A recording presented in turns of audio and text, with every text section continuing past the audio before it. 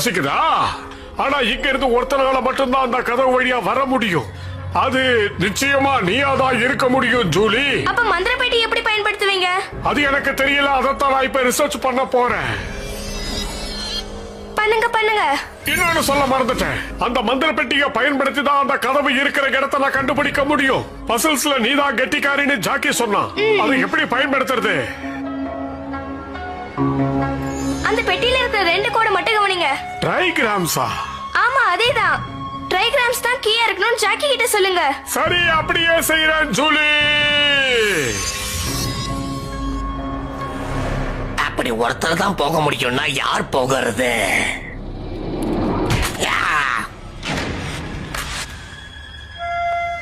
ஏன் கேமரா எங்க போச்சு?